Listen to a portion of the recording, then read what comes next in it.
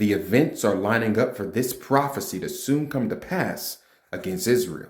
Pay attention. In Matthew 24:15, Jesus warns us of a great trouble that's going to come against Israel in the last days. This great trouble is also known to be called Jacob's trouble, prophesied about in Jeremiah 30 by the prophet Jeremiah himself. And this trouble will be caused by the abomination of desolation, or in other words, the Antichrist. See, the word abomination means foul, filthy, or disgusting. And the word desolation means destruction. So the Antichrist will be a foul, disgusting, and filthy individual who brings destruction to Jerusalem and to Israel. And this is why Daniel 11:21 describes the Antichrist as the vile person to whom they did not want to give the honor of the kingdom or political power. Now, during the time of Jacob's trouble, there's also going to be the Great Tribulation going on throughout the whole earth. And this Great Tribulation is a 3.5-year period where the earth will experience a time of trouble that it has never experienced since creation. Now, during this time of trouble, the prophet Zechariah gives us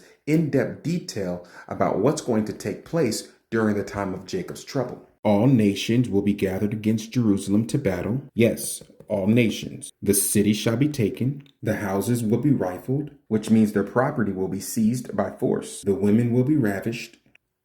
That means they're going to be violated in a very bad way. And half of the city shall go into captivity. But after this 3.5-year period, the Lord Jesus will return at his second coming and save the remnant of those Jews that are left from the slaughter. In fact, his second coming is a direct response to their oppression, just like it was in the days of Egypt when he sent Moses. Look at what it says. Then shall the Lord go forth and fight against those nations as when he fought in the day of battle. And his feet shall stand in that day upon the Mount of Olives. And the Mount of Olives will then split, one half sliding to the north and the other half sliding to the south. Now, because of this trouble that's coming against Israel, Jesus tells them in Matthew 24 exactly what to do to avoid it. Verse 16 says, Then let them which be in Judea flee into the mountains. Let him which is on the housetop not come down to take anything